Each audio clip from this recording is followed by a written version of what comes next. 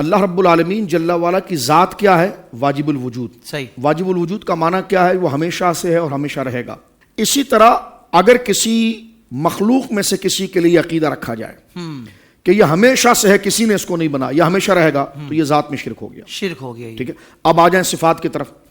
اب صفات اس کے مستقل ہیں، یعنی خود سے ہیں، کسی کے دیے ہوئے نہیں. سبحان اللہ. صفات بھی ازلی ہے، علم ہے، جاننا ہے، حیات ہے، مشاہدہ ہے، یہ تمام چیزیں اس کی اصلی. اب اسی طرح اگر کوئی بندہ یہ کہے کہ میں اس مخلوق کے فلاں فرد کو ذات میں تو واجب نہیں مانتا، لیکن اس کی جو بھی شان ہے، یہ علم کی شان ہے یا اس کے مشاہدے کی شان ہے، دیکھنے کی شان ہے، جو بھی اس میں کمال ہے، یہ اس کا خود کا ہے، کسی کا دیا ہوا نہیں ہے. تو ٹھیک یہ جو حق اللہ کا تھا وہ ادھر دے دیا گیا، تو لہٰذا یہ صفات میں شرک ہو گیا. شرک یہ ہے کہ اللہ کا حق بندوں کو دینا. ایک سمپل سمجھ لیں، چلیں، ہمیشہ سے ہے اور ہمیشہ رہے گا اور اس کی تمام شانیں خود سے ہیں بغیر کس کی عطا ہے، یہ اللہ کا حق ہے. اب یہ حق اگر بندوں کو دیا جائے کہ یہ بھی ہمیشہ سے ہے اور ہمیشہ رہے گا اور اس کی ساری شانیں جو ہیں اس کی خود کی ہیں، تو رب کا حق بندے کو دے دیا، یہ شرک ہو گیا. بالکل ٹھیک. لیکن اگر اس معنی میں نہیں مانا تو شرک نہیں ہوا. اب آ جائے، ایک ذات ہے اور ایک صفات ہے، ایک رب کا ہونا ہے اور ایک اس کے کمالات ہے، تو وہ ہونے میں بھی یکتا ہے اور اپنے کمالات و صفات میں بھی یکتا ہے. ایک بات. اب ایک ہے اس کی ذات کا ہونا، ایک اس کے کمال کا ہونا، تو وہ اپنی ذات میں بھی ہمیشہ سے اور ہمیشہ رہے گا اور اس کے کمالات بھی کسی کے دیے ہوئے نہیں، وہ اس کے خود کے ہیں. اب اگر کسی مخلوق کے لیے عقیدہ رکھا جائے کہ اس کی ذات ایسی ہے جیسے اللہ کی کہ ہمیشہ سے ہے معاذ اللہ، اور اس کے کمالات ایسے ہیں وہ خود سے ہیں، کسی نے نہیں دیے، تو یہ ذات میں شرک ہوا اور یہ صفات میں شرک ہوا. اب لوگ کہتے ہیں جی عبادت جو ہے یہ اللہ کا حق ہے. ہم نے کہا جی بالکل، کہ اس میں اگر کسی کو شریک کریں گے تو شرک ہو جائے گا. تو ہم نے کہا بھائی یہ تو ٹھیک ہے، لیکن پہلے عبادت کی تعریف تو کریں کہ عبادت ہوتی کیا ہے جس میں شریک کرنا ہے. اب کوئی کہے بھائی میں عبادت کو سمجھنا چاہتا ہوں، بھائی نماز کے سارے رکن آپ دیکھ لیں، یہ ہاتھ اٹھانا یہ بھی عبادت ہے، یہ ہاتھ باندھنا یہ بھی عبادت ہے، یہ رکوع کرنا یہ بھی عبادت ہے، یہ سجدہ کرنا یہ بھی عبادت ہے. اب آپ عبادت کی جو مثالیں ہیں وہ نماز میں ہی ہے نا. ایسا ہی. سجدہ عبادت ہے کہ نہیں؟ اگر کہے گا نہیں تو بھائی نماز میں تو ہے سجدہ، کہاں عبادت ہے؟ تو پھر وہ فرشتوں کو کیوں حکم ہوا اسجدوا لآدم، آدم کو سجدہ کرو؟ اور خود قرآن کے اندر موجود ہے سورہ یوسف کے اندر، جب انہوں نے خواب دیکھا تھا کہ مجھے ایک سورج اور ایک ستارے، انی رأیت 11 کوكبا والشمس، آپ نے خواب دیکھا کہ جناب ایک چاند اور ایک سورج اور 11 ستارے مجھے سجدہ کر رہے ہیں، لی ساجدین، قرآن ہے نا سورہ یوسف. اب اس کی تعبیر کیا ہوئی؟ جس وقت حضرت یوسف علیہ السلام کے خواب کی تعبیر ہو گئی تو حضرت یعقوب کون ہے؟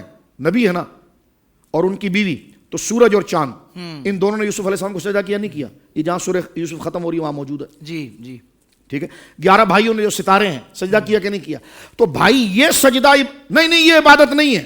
تو بھائی جب اسٹائل تو وہی ہے، یہاں ہو تو عبادت نہیں ہے، خدا کو ہو تو عبادت ہے، یہی تو سمجھنا چاہ رہے ہیں کہ ادھر ہوتا ہے تو عبادت نہیں ہوتا، ادھر ہوتا ہے تو عبادت کیوں ہوتا ہے؟ واہ واہ شاہ جی واہ، سبحان اللہ. یہی چوری پکڑیں گے ہم یہاں پر، کیونکہ تم امت پر شرک کا فتویٰ لگاتے ہو. رب کے لیے جب ہاتھ باندھنے کی سٹائل ہوتا ہے تو نیت یہ ہوتی ہے میرا رب ہے، میرا خالق ہے، تو یہ ہاتھ باندھنا ہو جاتا ہے عبادت. اور والد کے سامنے ہاتھ باندھا تو نیت کیا ہوتی ہے؟ یہ میرے والد ہیں، ان کی تعظیم مجھ پر اللہ نے رکھی ہے، تو یہ ہاتھ باندھنا ہو جاتا ہے تعظیم. تو وہ ہو جاتی ہے عبادت، یہ ہوتی ہے تعظیم. اور یہ فرق کب ہوتا ہے؟ نیت سے ہوتا ہے. اسٹائل تو ایک جیسا ہی ہے. اللہ اکبر، اللہ اکبر. آپ اتحیات پڑھتے ہیں، بتائیے عبادت ہے کہ نہیں؟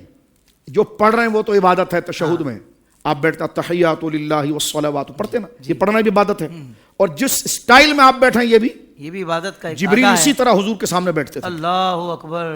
مجھے ایک بندہ کہنے کا نہیں ہاتھ نہیں باندھو، ایسا یہ عبادت کا حصہ ہے اور یہ بندوں کے آگے نہیں باندھ سکتے. تو میں نے کہا کیا کریں؟ کہا ہاتھ چھوڑ دو. میں نے کہا یہ بھی عبادت ہے، سمیع اللہ لمن حمیدہ، یہ بھی اسٹائل ہے.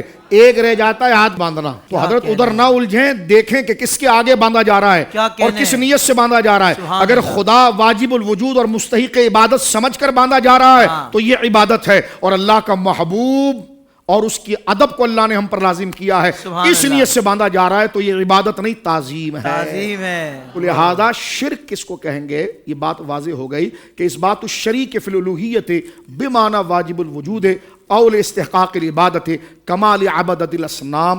جس طرح کے بت پرست لوگ گویا کہ اپنے بتوں کی عبادت کرتے تھے، عبادت کے لیے بھی ضروری ہے کہ وہ مستقل بھی ذات ہو، یعنی وہ ہمیشہ سے ہی ہو. تو لہذا پتا چلا وہ اپنی الوہیت اور ذات میں بھی ازلی ہے اور اپنی عبادت میں بھی ازلی ہے. جب اس کے علاوہ کوئی ذات میں ازلی نہیں یعنی ہمیشہ سے نہیں اور ہمیشہ تک, جب کوئی اس کے علاوہ اپنے کمالات میں ازلی نہیں, تو لہذا اس کے علاوہ پھر کوئی نہ خدا ہے نہ مستحق عبادت ہے. اس لیے کہ الوہیت بھی اسی کے شاہ ہے, عبادت بھی اسی کے شاہ ہے.